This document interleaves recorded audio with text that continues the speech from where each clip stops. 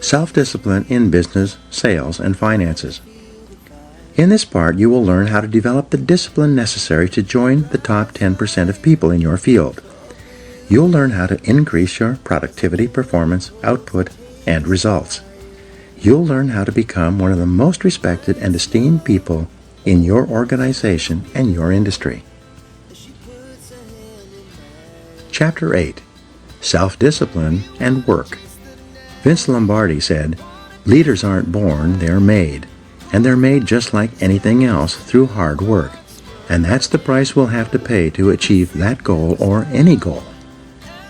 There is perhaps no area of your life where self-discipline has a greater impact on your future than in your work. Yet, if you're like most people, from the time you start in the morning and then continuing throughout the day, you're surrounded by people and events that draw you away from doing the things that are most important. However, it is through doing your most important tasks that you move onward and upward, quickly and dependably in your career. A group of senior executives was asked, "What are the most important qualities that a person would need to be promoted in your company?" Of these executives, 85% agreed that the most important qualities are 1. The ability to set priorities and work on high-value tasks, and 2. The discipline to get the job done quickly and well. It seems that these two qualities are more helpful for career success than anything else a person could do. Diligent, disciplined, focused work will enable you to get consistently and predictably more done, get paid more, and get promoted faster throughout your career than the average person. Separate the relevant from the irrelevant. I've mentioned the Pareto principle, the 80-20 rule, several times in this book, and it applies again here. Fully 80% of the value of what you accomplish will come from 20% of the things you do. Your job, then, is to identify those top 20% of your tasks and then concentrate single-mindedly on doing them quickly and well. Chapter 13 discusses time management in detail, but for now, let's take a look at the flip side of good time management, poor time management. According to Robert Half International, the average employee wastes about 50% of his or her time on non-work related activities. 37% of work time is wasted on idle conversation on personal subjects with coworkers, conversations that have nothing whatever to do with the job at hand.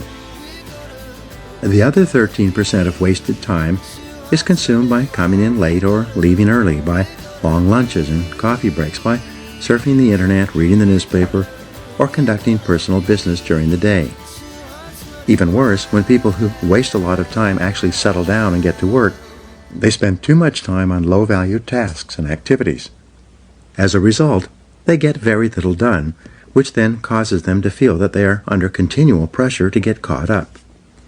Unfortunately, when you waste time at work, your work does not go away. It continually builds like an avalanche overhang.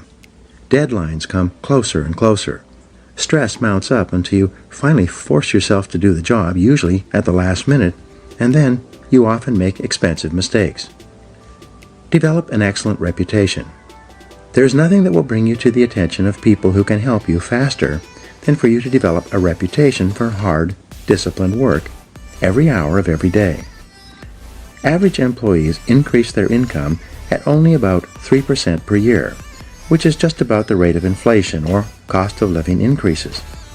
In other words, if you're an average employee, you're not really making any more money from year to year. Rather, you're just keeping up with your expenses. But the top 20% in most fields increase their income anywhere from 10 to 25% per year, which is also compounded year after year. The top 20% of people at work earn 80% of the money. The bottom 80% of employees have no choice but to share the 20% of the money that is left over. They must scramble for the crumbs that fall off the tables of the highly productive people in their fields. You can double your income. When I say to people in my seminars that you should set a goal to double your income in the months and years ahead, people react in different ways. Often at the break, someone will come up to me and say, "You don't understand my company. There's no way that I could double my income at my current company. They simply would not pay me that amount of money." Having heard this before, I then ask them the critical question. Is there anyone at your company who earns twice as much as you do? The person that I'm talking to will always agree that, yes, there are people in my company who earn 2 or 3 times as much as I do. I then make the key point. So your company is quite willing to pay some people twice as much as they pay you.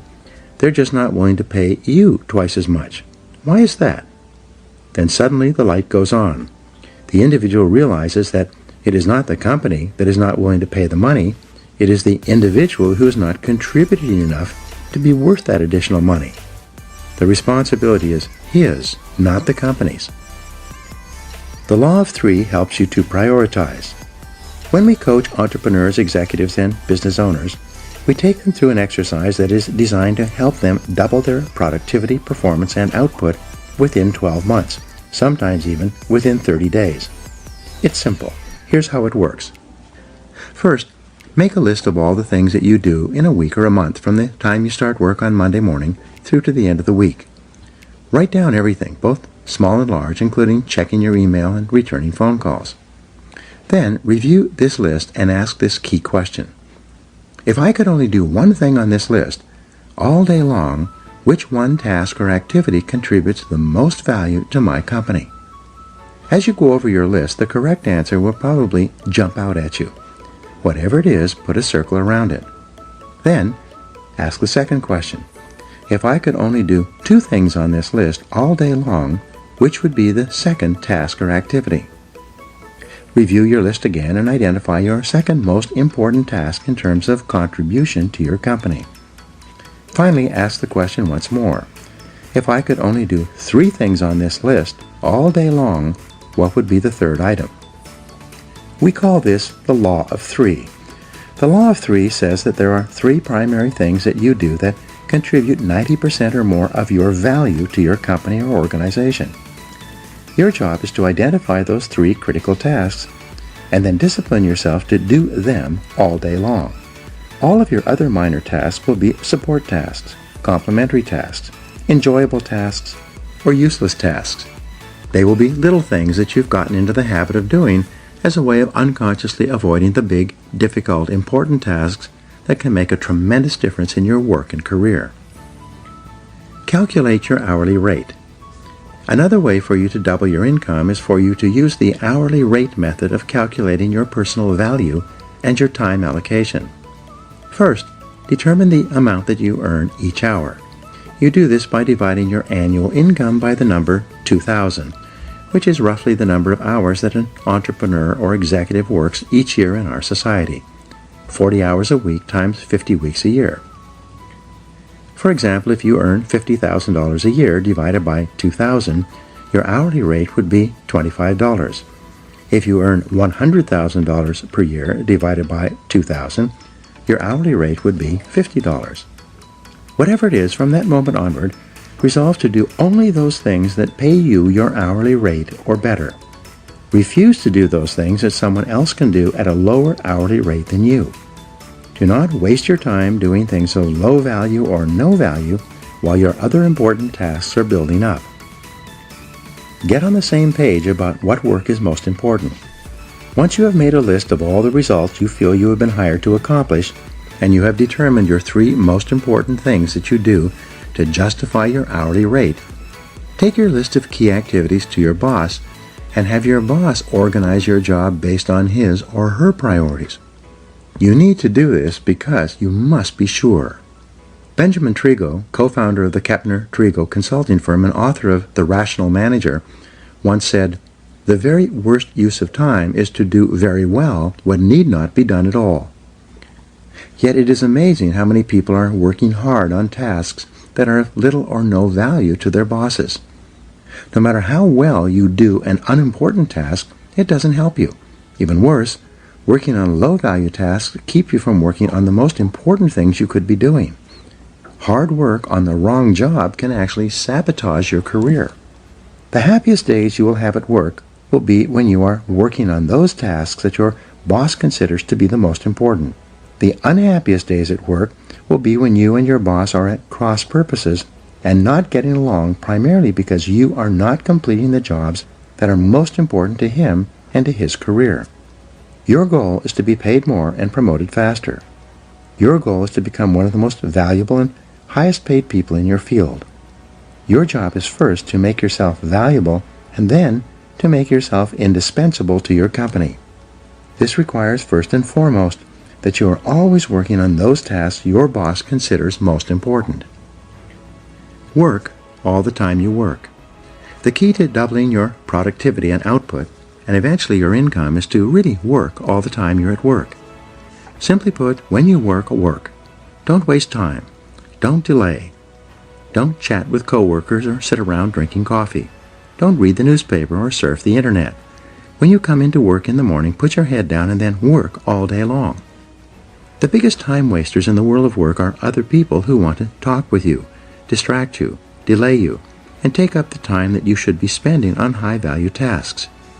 When a time waster approaches you and says, "Do you have a minute to talk?" you reply by saying, "Yes, but not now. Why don't we talk at lunchtime or after work? In the meantime, I have to get this job finished. I have to get back to work."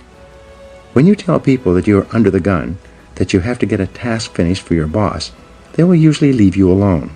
If you do this often enough, they will develop the habit of leaving you alone and instead find someone else with whom to waste time. Keep yourself motivated and focused by talking to yourself in a positive way. Your mantra from now on should be, back to work, back to work, back to work. Whenever you find yourself slowing down on a major task, begin repeating to yourself those magic words, back to work. Who works hardest? The Secret Survey. Imagine that an outside company is going to do a study of all the people who work in your organization. They're going to give each person a list of all the employees and ask them to rate their fellow employees in terms of who works the hardest, the second hardest, and so on.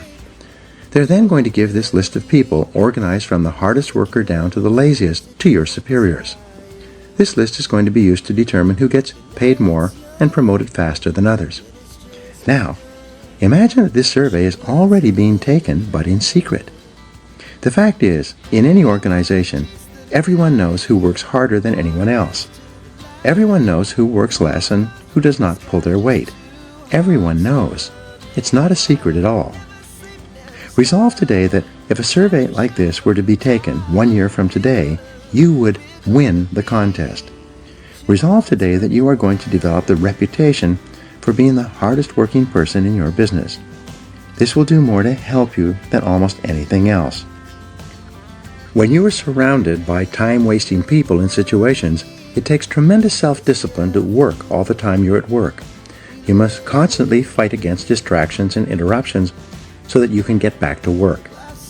The success formula. When I began my career working for a large company, I was the low man on the totem pole. Everyone had been there longer than me and was ahead of me in the company pecking order.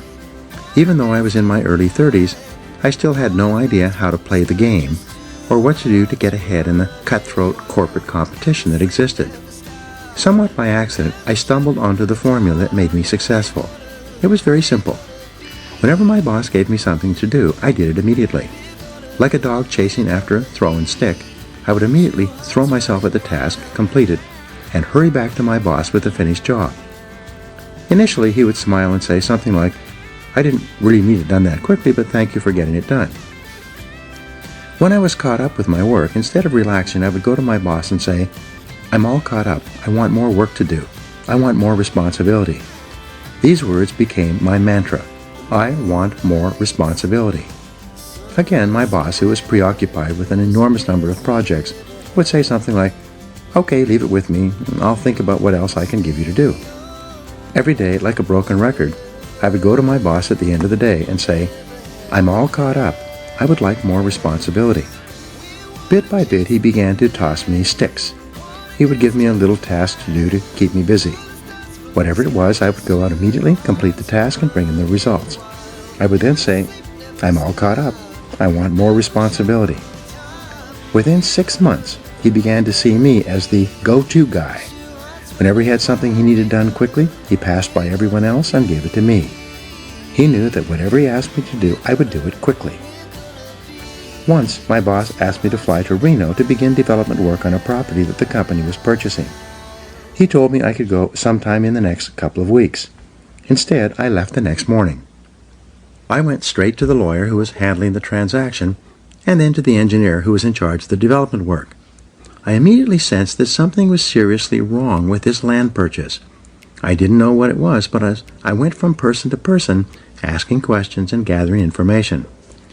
By the end of the day, just a few hours before this $2 million transaction was set to close, and the money would change hands forever, I found that we were about to be sold a piece of land that had no water and was therefore undevelopable.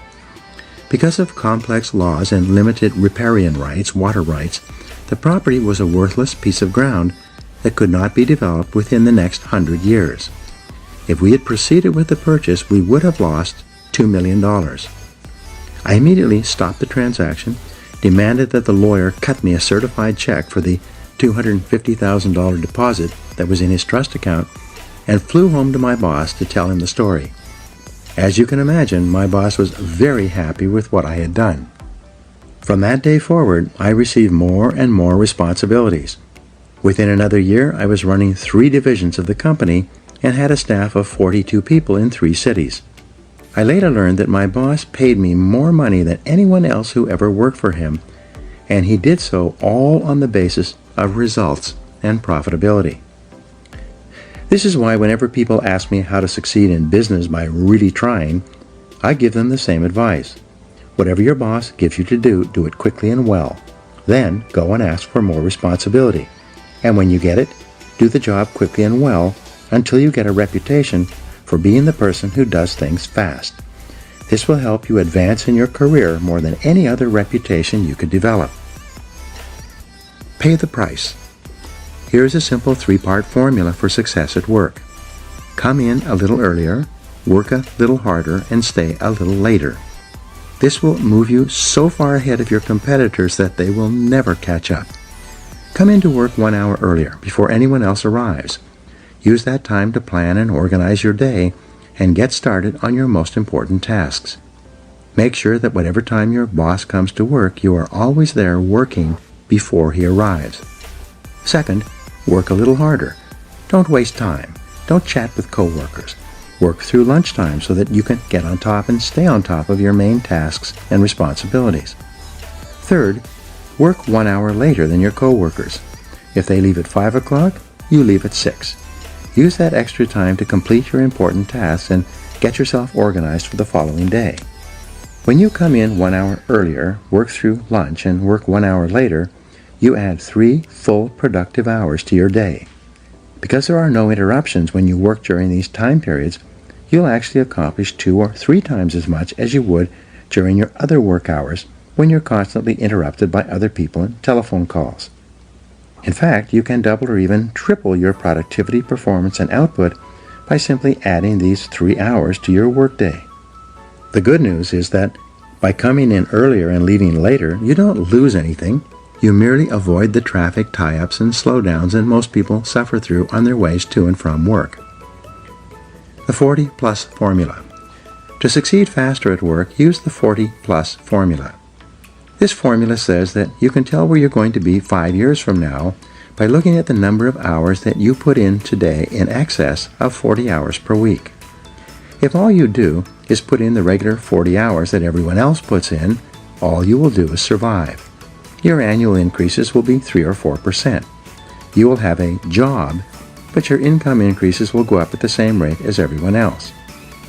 It is when you begin to put in more than 40 hours that you give yourself an advantage over most of the other people in your company and your business. Make it a habit to do more than what you are paid for. Discipline yourself to put in more than you take out. Every hour that you work over 40 hours a week is an investment in your future success. The highest paid people in America in every field work 50 to 60 hours per week. The average self-made millionaire works 59 hours per week. This is equal to 5 12-hour days or 6 10-hour days. Most successful people at the beginning of their careers worked 6 days a week, sometimes 7. Moreover, they worked all the time they were at work. They didn't waste time. They realized that in order to reap a great harvest later in their career, they had to sow a lot of seeds in the springtime of their career. Look the part. Dress for success. Finally, to succeed at work, you need to discipline yourself to look the part. Remember, birds of a feather flock together. When it comes to presentation, this means that people like to promote others who look like them. Your bosses are very sensitive to the appearance of their staff. They like to promote people who they are proud to introduce to their friends and colleagues. Be sure that you dress and groom in such a way that your boss would be proud to take you out for lunch and introduce you to others as a representative of his or her company. Each morning before you go to work, look in the mirror and ask yourself, do I look like one of the top people in my field? If you don't, go back and change, and keep changing until you look like one of the top people in your business. Learn how to dress for success. Read books and articles, or ask others for advice. Look at the most successful people in your business and dress the way they do. Dress for the job 2 levels above your current job. Remember that fully 95% of the first impression you make on other people will be determined by your dress and grooming. Make sure that that first impression and then the second and third impressions are consistent with the message you want to send. Many people work their entire lives without realizing that by putting forward a little extra effort, working a little harder, and focusing on higher value tasks, they could become one of the most valuable people in their organizations. When you discipline yourself to continually increase the value of your contribution to your company, you'll put your career on the fast track and virtually guarantee yourself a wonderful future. In the next chapter, you will learn that your work behaviors naturally determine your ascension to leadership, and you will see how self-discipline is essential to fulfilling your potential as a leader. Now here are some action exercises for you. Number 1. Make a decision today that you're going to become one of the top 20% of people in your company and your industry. What should you or could you do differently to achieve that goal? 2. Make a list of everything you do in your job and then identify the 3 things that contribute the greatest value to your work and your company. 3. Set a new work schedule for yourself and begin to start earlier, work harder, and stay later until it becomes a habit. 4. Identify the most important results you're expected to achieve in your job and then work on those results all day long. 5. Determine the person who is the best dressed and groomed in your company and then resolve to use him or her as a role model for your own appearance. 6. Decide today that from now on you are going to actually work all the time you're at work and that you are going to develop the reputation for being the hardest working person in your company. And 7. Develop a sense of urgency. Resolve to move fast when you're given a job or opportunity. This can change your life.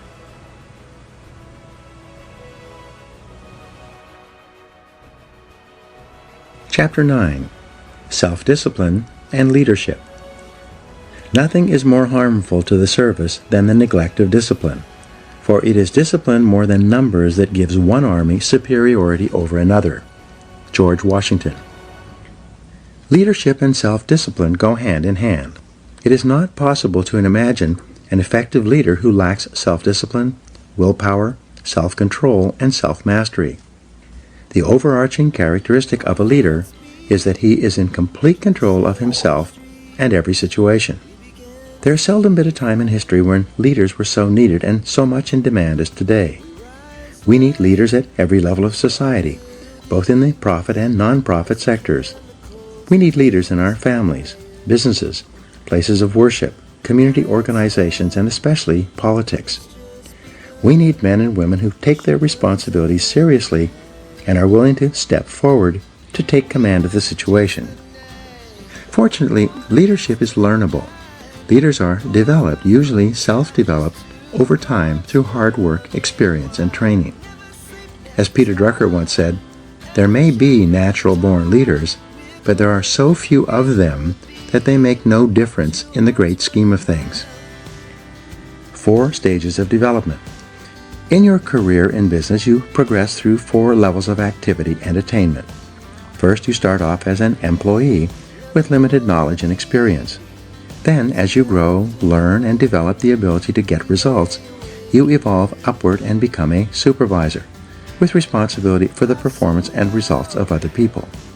As you continue to move up the scale of supervision, improving your ability to get things done through others from directly overseeing the work of employees, you become a manager, someone who assigns work to people with demonstrated competence in certain areas.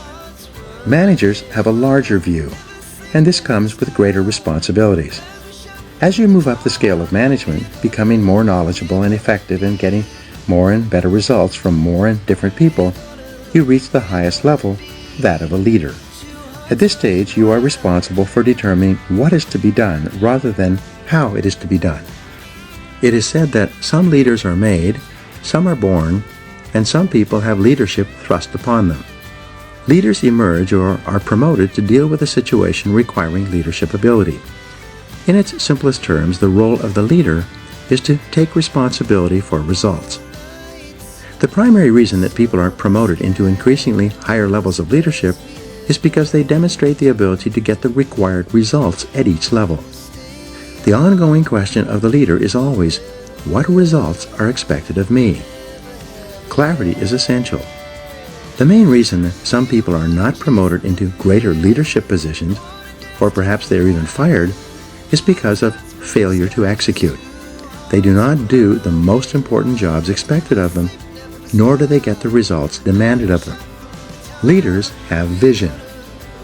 The first quality of leadership, based on 3,300 studies of leaders reviewed by James McPherson, is the quality of vision. Leaders have vision. They have the ability to project forward into the future and develop a clear picture of where they want their organizations to go. They then have the ability to share this vision with others and gain others' commitment to make this vision a reality. You become a leader when you accept responsibility for results. You become a leader when you begin to think, act, and talk like a leader. You become a leader when you develop a vision for yourself and for your company, your life, or your area of responsibility. There are hundreds of books written about leadership and the importance of vision, yet they can be boiled down to a single principle. A military leader has a vision of victory from which he never deviates. A business leader has a vision of success for the business based on excellent performance to which he or she is completely committed. A leader is a standard bearer. The leader sets the standard for the organization or the department. It is not possible for anyone in the organization to have a clearer vision or to aspire to a higher standard of excellence than the leader. For this reason, the leader is the role model, the one who sets the tone and the morale for everyone in the organization.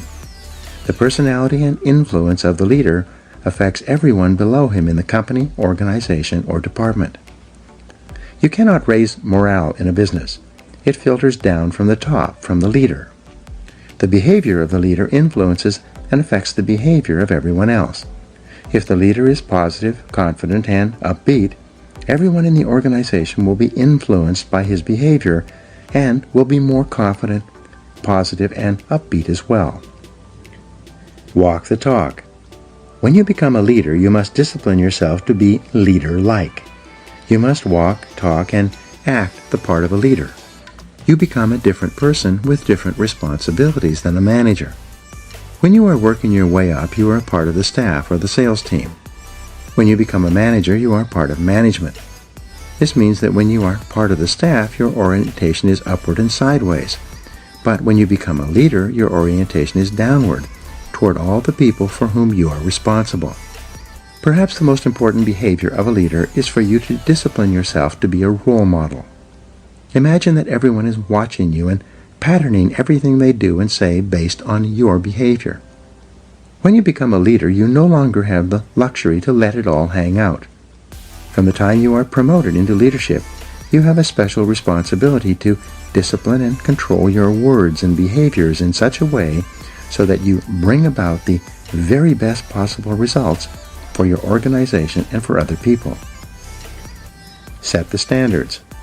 The leader sets the standards for the organization's behavior, quality of work, personal organization, time management, and appearance.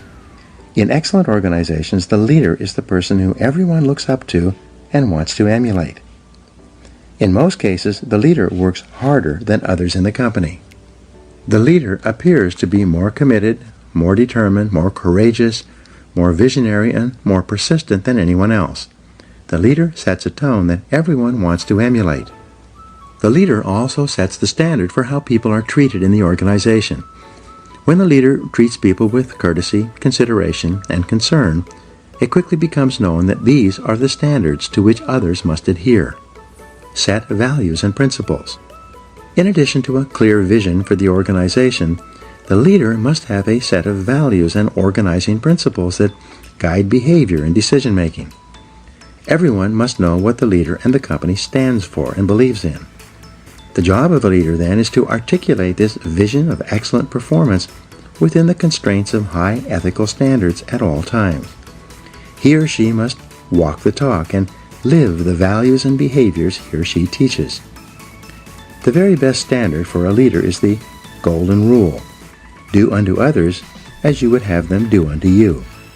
For example, when Jack Welch was the president of General Electric, he encouraged managers to treat each employee as if that employee might be promoted over his head sometime in the future, and he might find himself working under the person who is now working below him.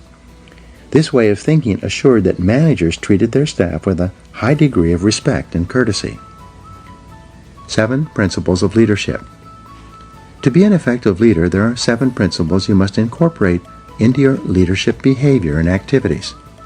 1. Clarity. This is perhaps your most important responsibility.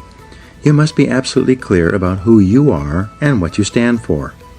You must be absolutely clear about your vision and where you want to lead your people. You must be absolutely clear about the goals and objectives of the organization and how they are to be achieved. Especially, you must be absolutely clear about the values, mission, and purpose of the organization and what it stands for. Everyone around you and below you must know exactly why they are doing what they do and what their company has been formed to accomplish. 2. Competence. As the leader, you must set a standard of excellent performance for the organization as well as for every person and function in the company. Your goal must be for your company to be as good or better than your very best competitor. You must be continually seeking ways to improve the quality of your product and services to your customers. 3. Commitment. The leader is absolutely committed to the success of the organization and believes completely that this organization is the best in the business or will be the best in the future. This passionate commitment to the organization and to success and achievement motivates and inspires people to do their best work and put their whole hearts into their jobs. 4. Constraints. The job of the leader is to identify the constraints or limiting factors that set the speed at which the company achieves its most important goals of revenue and profitability. The leader then allocates people and resources to alleviate those constraints and remove the obstacles so it can perform as one of the best in the business. 5. Creativity. The leader is open to new ideas of all kinds and from all sources. The leader is continually encouraging people to find faster, better, cheaper, and easier ways to produce excellent products and services and to take better care of customers. Number 5. Continuous learning. The leader is personally committed to reading, listening, and upgrading his or her personal knowledge and skills as an executive. The leader should attend additional seminars and courses to improve his or her skills and abilities. At the same time, the leader encourages everyone in the organization to learn and grow as a normal and natural part of business life. The leader provides time and resources for training and development. The leader knows that the best companies have the best trained people.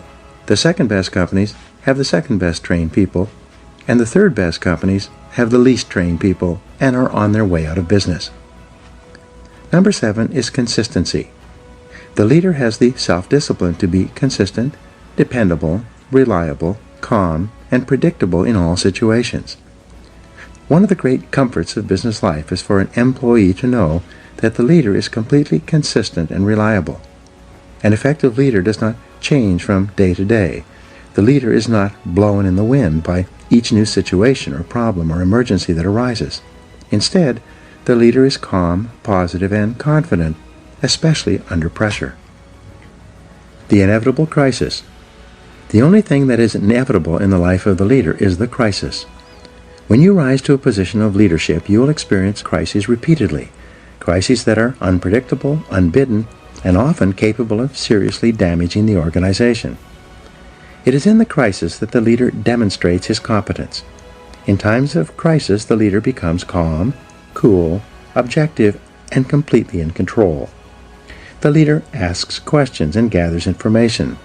The leader assesses the situation accurately and makes whatever decisions are necessary to minimize the damage or cut the losses. Great leaders discipline themselves to keep their fears and misgivings private. They do not share their concerns with their staffs, knowing that this can cause confusion and loss of morale. Instead, the leader asks a lot of questions, probes deeply into situations so that he or she understands them thoroughly, and keeps his or her feelings private. As far as the members of the organization are concerned, the leader is always calm, positive, relaxed, and in complete control, no matter what is happening. Self-control and leadership. There's a direct relationship between your ability to discipline yourself and your behaviors and your readiness to lead. It is only when you prove to others that you are in complete control of yourself that they develop the confidence to put you in a leadership position and keep you there. The leader realizes that everything he says to or about another person is magnified. The leader therefore praises and encourages people, both in their presence and when they are not around. He never says anything negative that could be misinterpreted or that could demotivate or offend another person. If he has problems with someone, he addresses them privately, out of sight and earshot of anyone else. Leadership qualities. Leaders discipline themselves to plan, prepare, organize, and check every detail. They take nothing for granted. They ask questions to ensure that they have a complete understanding of a situation, problem, or difficulty. Great leaders act as if they own the entire company.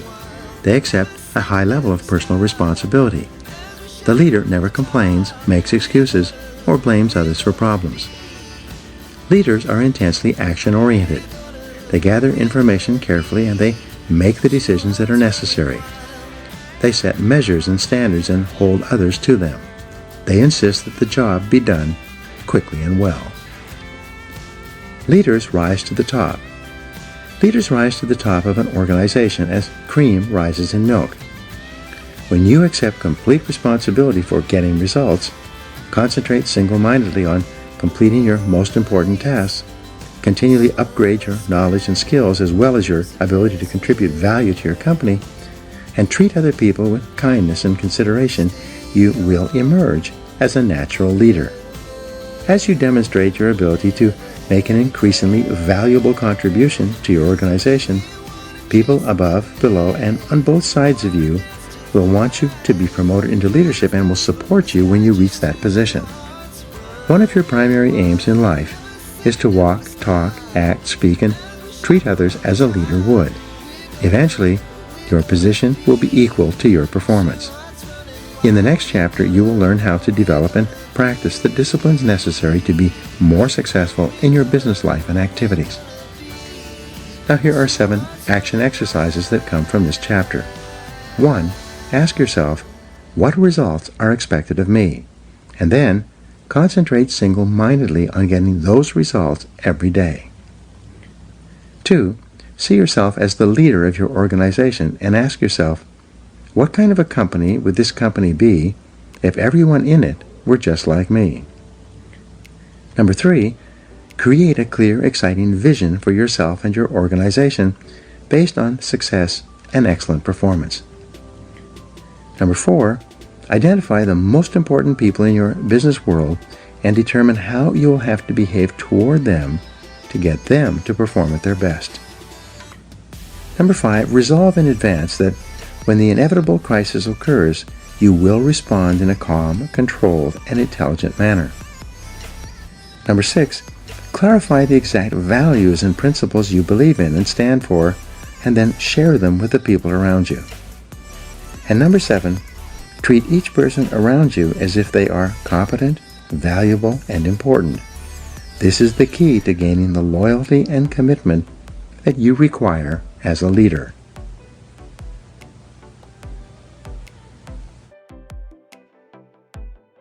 Chapter 10. Self-Discipline and Business. John Viney wrote, "The quality of self-denial in the pursuit of a longer-term goal, and indeed, the willpower to maintain that level of self-denial, is an excellent training for the boardroom." Most people will work in or for a business or own a business in the course of their lifetimes. The achievement of business success demands high levels of discipline from you in every area of business activity, both large or small. Without self-discipline and self-control in business, no success is possible. There's no area of activity that demands more self-discipline than starting and operating a successful business in our current economy. The first law of economics is scarcity. As a rule, there is never enough of anything for everyone who wants it. Specifically, there are never enough customers for you to sell everything you want to sell. There are never enough sales revenues to help you achieve all your financial goals. There are never sufficient profits to enable you to expand as much as you want. Especially, there are never enough good people to work with and for you to help you achieve your business goals. The law of competition. If the first law of economics is scarcity, then the first law of business is competition. It requires tremendous focus and discipline to do the things necessary to attract the scarce money of customers toward purchasing your product or service. To not only survive but also thrive, you must compete continually against all other uses of the same amount of money that you want to charge for what you sell. The first discipline of business success is that you offer a product or service that people want, need, and will pay for at a price they will accept, a price that is competitive with every other business that wants the same customer dollar. You must be completely honest with your product-service mix to ensure that it is well suited to the current market. This is an area where false assumptions or incorrect conclusions can lead to business failure. This answer is continually changing as competition and customer tastes also change. The customer is always right. Every week I speak to business people who are unhappy with their levels of sales and profitability. They insist that their product or service is excellent and that people should be buying from them in a much larger quantity. In each case, I have to gently point out to them that the only proof that their product or service is truly attractive or valuable is that people buy it willingly and then buy it again and tell their friends to buy it as well. According to the experts, fully 70% of your business decisions will turn out to be wrong in the fullness of time. This is the average. When you're a new business person or starting a new business, you'll be wrong even more often than this. It's not unusual for an entrepreneur to be wrong 90% of the time in the beginning of his or her career. It requires tremendous self-discipline and character to face the possibility that you could be wrong in your most cherished assumptions and beliefs. Nonetheless, this discipline is essential if you're going to minimize your mistakes, cut your losses, and redirect your resources toward offering customers more of the things that they really want, need, and are willing to pay for. All business investment and business startups require a high level of optimism. You must believe in the future possibilities of your business along with your new products and services. You must have so much confidence in their marketability that you're willing to undertake financial risk and invest many hours, weeks, and even years to achieve your business goals, and you must do all of this with no real guarantee of success. At the same time, you need discipline to curb your confidence, to remain objective and realistic. Overconfidence in business can lead to business mistakes, financial losses, and even bankruptcy. You must be better. Because of the aggressive and determined nature of your competition, in order to simply survive, you must discipline yourself to be equal to or better than your competitors. After all, your competitors get out of bed every morning thinking about how they can put you out of business. They want to take away your customers and your sales. They want to get your profits.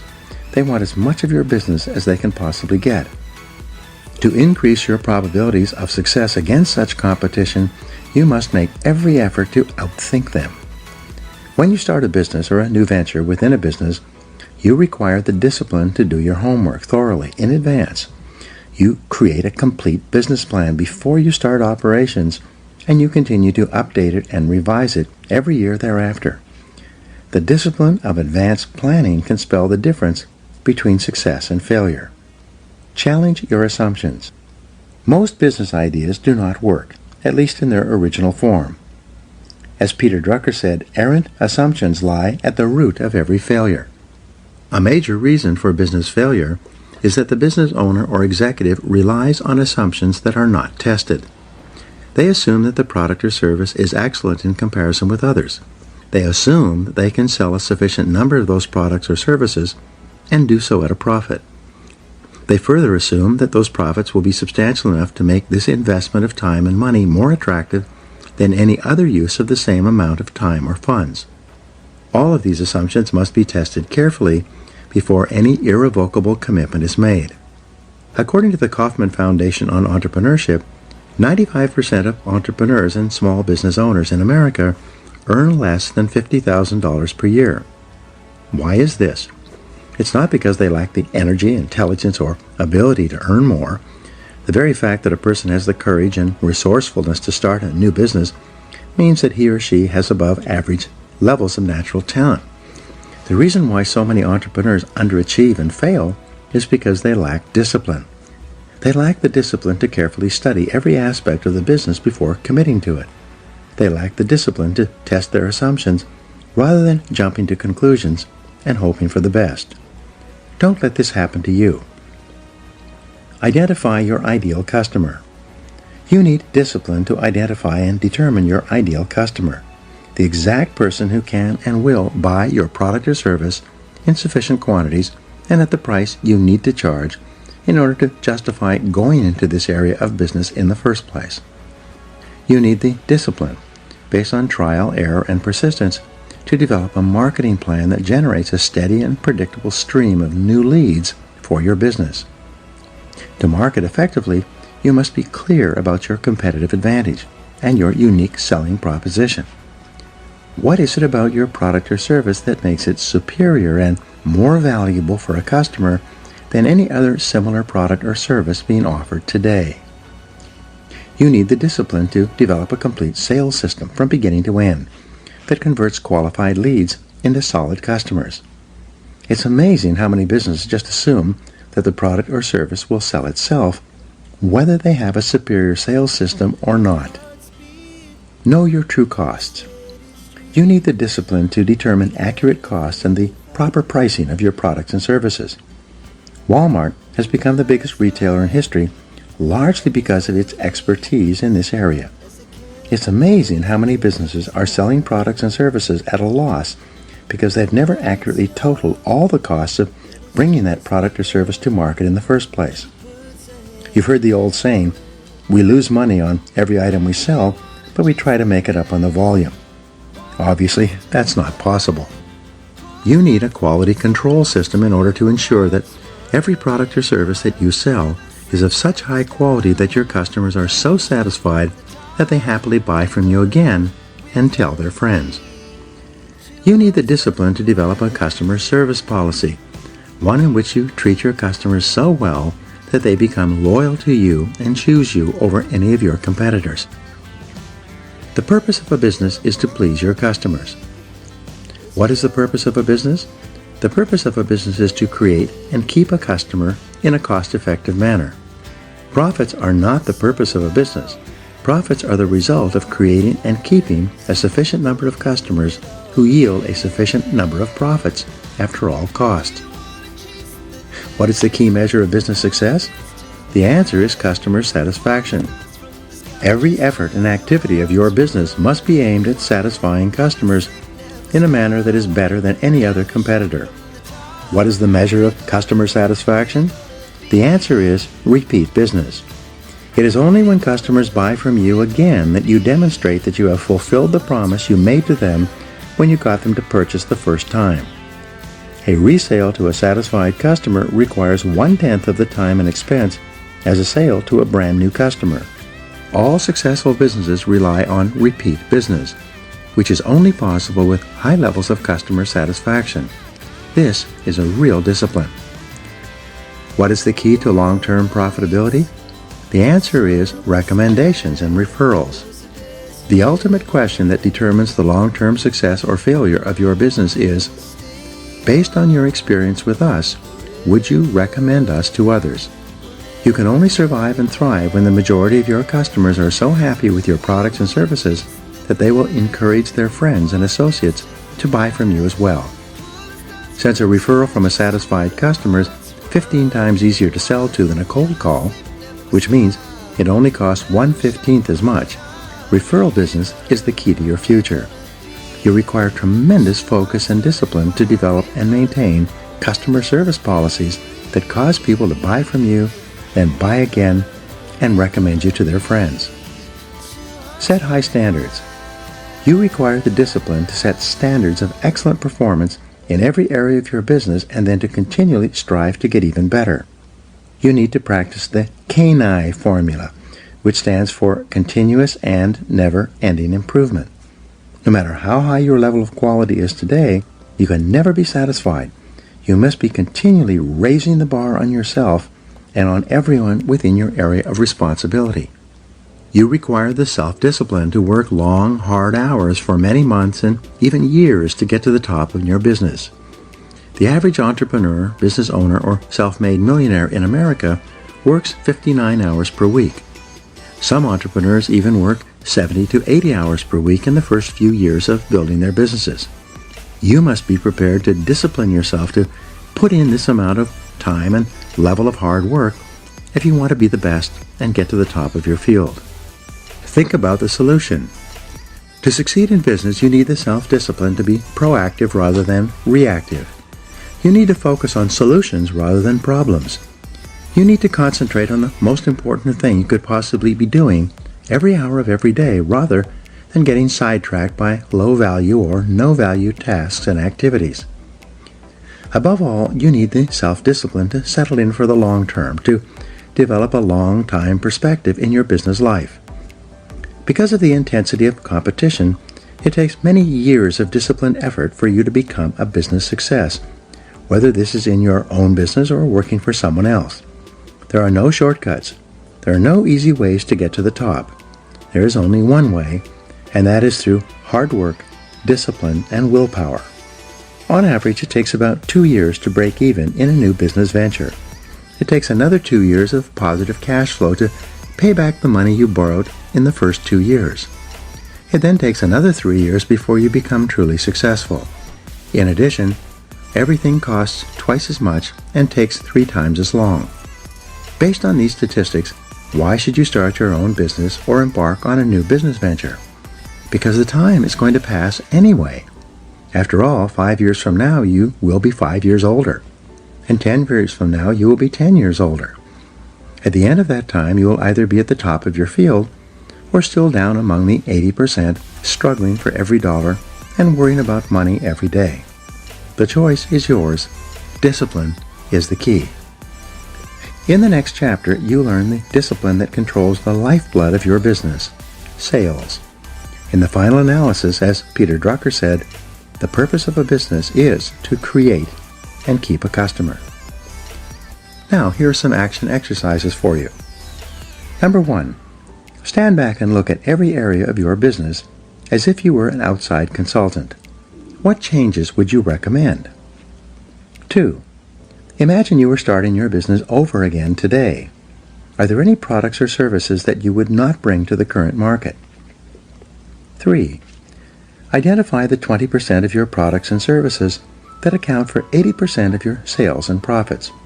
How could you sell more of them? 4, project forward 1, 2, and 5 years in your business. What are the trends?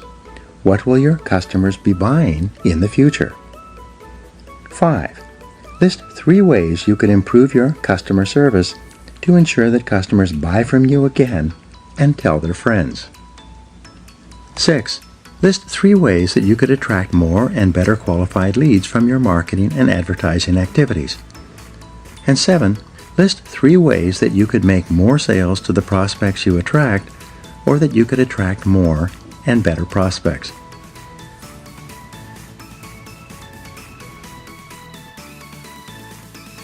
Chapter 11, Self-Discipline and Sales. Nothing happens until a sale takes place. Red Motley. The most important element in business success is selling. Nothing happens until a sale takes place.